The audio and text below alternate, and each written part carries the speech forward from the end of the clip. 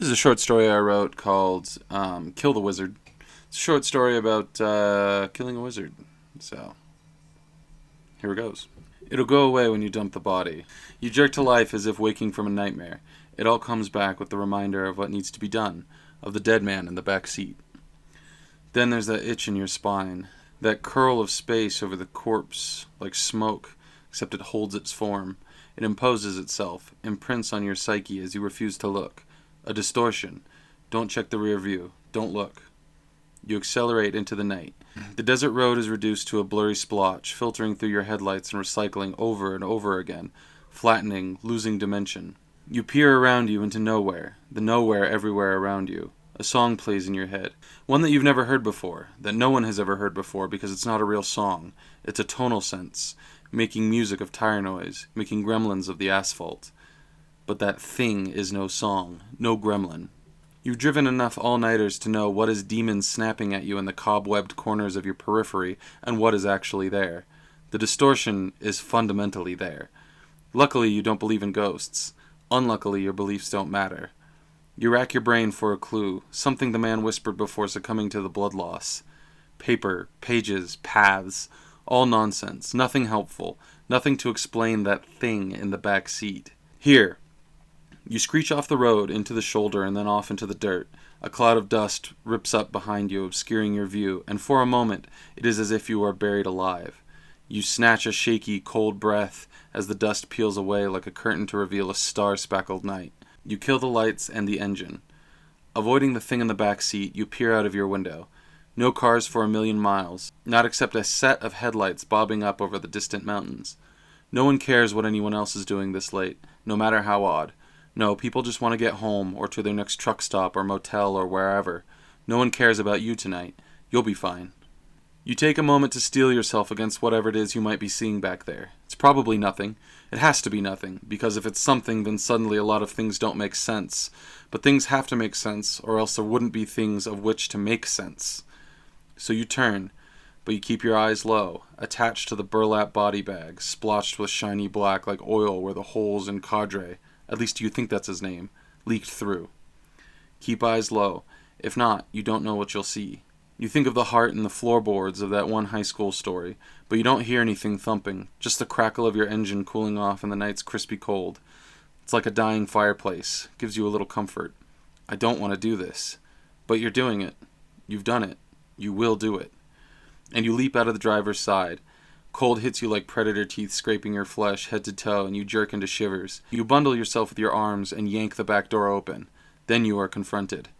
I don't want this. But you are here, nevertheless. No splitting timelines, no alternate realities, no other universes. You are simply here. And that distortion, like a shepherd's crook or a reaper's scythe, simply remains, where it had been the whole time, doing nothing but smearing the paint of reality into an impressionist spiral. Fuck you, you bark at the thing, heart thumping violently in your skull. You snatch the shoulders of the bagged corpse and yank. Cadre thumps down into the dirt in a dust puff. But the thing remains right where it was left. Get out of my car, you bark. It refuses, motionless. It only got there when Cadre got there. One of Cadre's tricks. The fucking con, the fucking wizard, or whatever they said he was. You don't even remember why your employers wanted him dead. It didn't matter then, but it's starting to matter now. Why did I take this stupid job? What the fuck is wrong with me?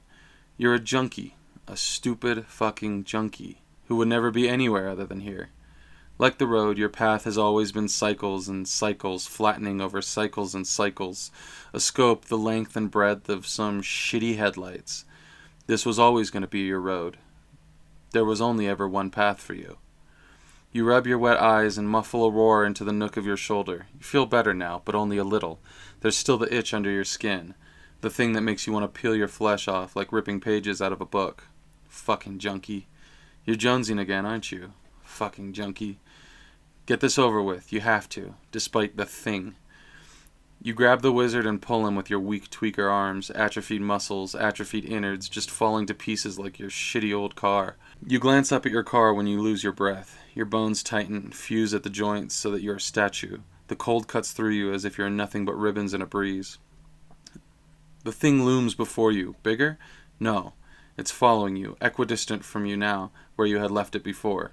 No, it's bigger. Fuck, it's both. Everything behind it smudged into wet paint, cracking, drying on a three-dimensional canvas.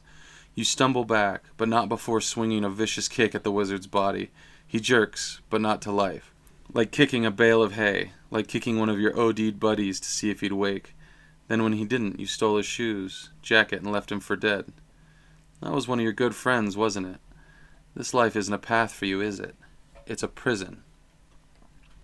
But there's no escape from your choices, no escape from the choices made for you, and you can blame your shit life on the choices that were thrust upon you, choices made by others. And in a sense, you're right. It isn't your fault. But maybe I just hate you. Maybe I can't change that about myself. Maybe I hate you because of the choices thrust upon me. You see, it doesn't matter if Mommy sat you down on a cold potty.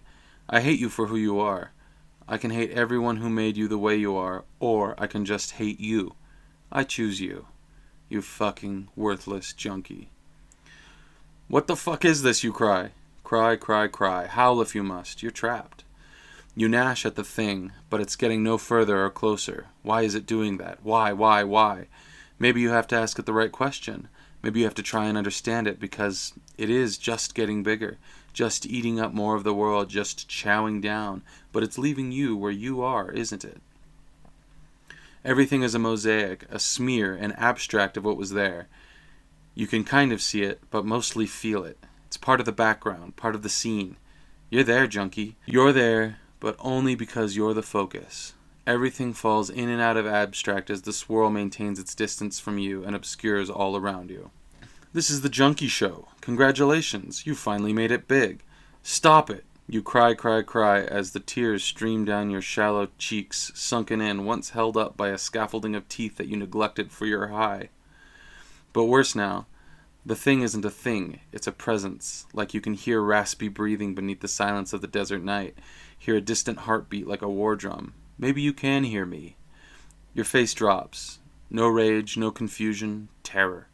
Your twitchy eyes wide, sunken into your skull like you should be dead, not the wizard in the bag. Yes, wizard. Your words, not mine. Who are you? Your voice shakes and my corpse trembles with perverse pleasure. Wizard, remember? Your words, not mine. That's the right question, but my mouth, my poor corpse mouth, is limp and soundless in eternal rest. You were always taking this path, no way around it, because I wrote your final pages. You can blame Mommy for putting your bare ass on a cold potty, but it was me who put your life into stone, who finished your story. You cannot kill a wizard fast enough, junkie. Your employers knew that. Why do you think they had a worthless, stupid lowlife take care of this work? As long as there is breath, a wizard can cast a spell. Did you think you were special? Did you think this was your chance? You're out of chances. You are ink and paper. You are always heading down this path, always have been, always will be. The thing is your story, can't you see? Can't you see it envelop all things, giving you center stage, giving you the lead role? It was always your path, always has been, always will be. Paper, pages, paths. That is all you are, flattening like the road, losing dimension, an idea in abstract, in papers and pages and paths. Hocus pocus and all. You may think it cruel. Your tears are those of injustice. It's not fair, is it? But you're the one who killed the wizard. My name is Kardashev, junkie. Kardashev, not cadre. And the words I spoke were these. Be paper, become pages, reduce paths to path. Hocus pocus. Oh, the ideas your junkie brain manufactures. Silly you, really. Really. All the things that once complicated you are reduced to a few traits hither and thither. You're a junkie. You're worthless. You're going to be forgotten in this paper, just a character in a cautionary tale. And now as your pages flutter off in the breeze, into the night, leaving nothing but reality behind, just know that someday, someone will find you. Maybe you will wake again to life in this paper, this story, to ride the same rails forever and ever, to walk the same path that brought you here. Till then, till you are read by a stranger knowing nothing of your real life. The end. Hey, if you like this story, then you should subscribe and do the bell thing on the YouTube. But also, there's a QR code here. If you follow it, it should take you to my Substack. You can subscribe to my Substack as well, where you can actually read my stories. And yeah, I've got a book coming out on Substack currently. I think I'm on chapter 8 or something like that at this point. And also, I have a real book coming out, a book that's going to be printed with a small indie publisher called Mischievous Muse, and that'll be coming out soon. So, yeah, for more updates on that, then follow and subscribe and like and do all that stuff that everybody else says you should do. Okay, bye.